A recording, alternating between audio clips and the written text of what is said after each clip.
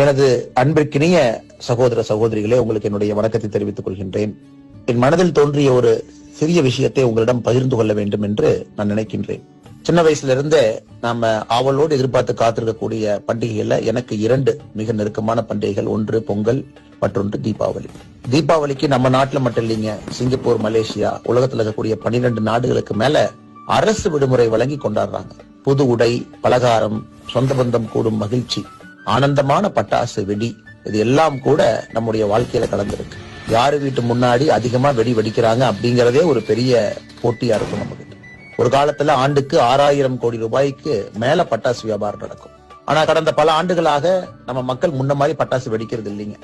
சுற்றுச்சூழல் பாதிப்படையும் அப்படிங்கிற ஒரு கருத்து இருக்கு.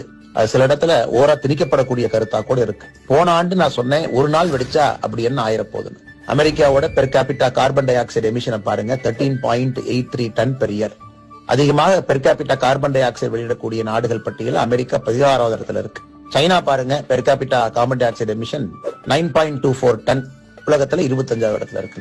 இந்தியாவோடது பாருங்க, நம்ம நாடு per capita carbon dioxide emission 2.07 ton per year, 125வது இடத்துல இருக்கும்.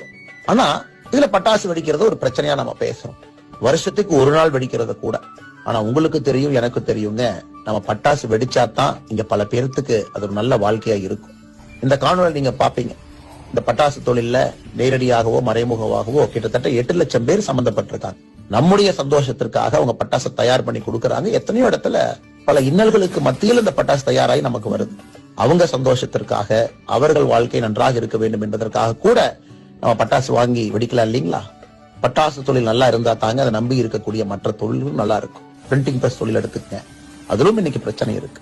தீபாவளி பண்டிகைக்கு நம்முடைய மாமா, மச்சான், அண்ணன், தம்பி, அக்கா, அண்ணன் எத்தனையோ பேர் ஒரு சின்ன கடையை போட்டு கடன் வாங்கி அதன் மூலமா கடன் அடைச்சிடலாம், இந்த பட்டாசு சீசன்ல அடைச்சிடலாம்னு ஏக்கத்தோடு ஏங்கி இருக்கக்கூடிய லட்சக்கணக்கான சிறு வணிகர்களுடைய கனவு கூட இதன் மூலமாக நிறைவேறும்.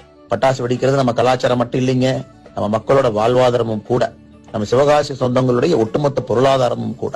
ஆனால் அன்போடு உங்க அன்பு தம்பி அண்ணாமலை உங்ககிட்ட கேட்டுக்கிறேன், பட்டாசு நிறைய வாங்கி வெடிங்க. ஒரு நாள் வெடிக்கிறதுல ஒண்ணும் ஆகாது. ஆனா கேர்ஃபுல்லா வெடிங்க, ஜாக்கிரதையா வெடிங்க. யாருக்கும் எந்த பிரச்சனையும் ஏற்படுத்தாம, ஜீவராசிகள் எத்தனையோ மிருகங்கள் நம்மளோடு ஒன்றி வாழும், அதற்கும் பிரச்சனை இல்லாம நாம வெடிப்போம். அதனால் அன்போடு கேட்டுக்கொள்கின்றேன், மகிழ்ச்சியாக இந்த தீபாவளி பண்டிகை கொண்டாடுவோம். நல்ல ஒரு சிவகாசியில் இருக்கக்கூடிய எல்லா சொந்தங்களும் பயன்பெறும் அளவில் நம்முடைய கொண்டாட்டங்கள் இருக்கட்டும். மற்றும் ஒரு முறை இந்த அற்புதமான நேரத்துல உங்களுக்கு என்னுடைய இனிய தீபாவளி நல்வாழ்த்துக்களை தெரிவித்துக் கொள்கின்றேன். இந்த தீபாவளி அனைவருடைய வாழ்விலே ஒளி ஏற்றும் தீபாவளியாக அமைய வேண்டும். இவ்வளவு நேரம் பொறுமையா என்னுடைய பேச்சை கேட்டதற்காக உங்களுக்கு பணிந்து என்னுடைய வணக்கத்தை தெரிவித்துக் கொள்கின்றேன். நன்றி, வணக்கம்.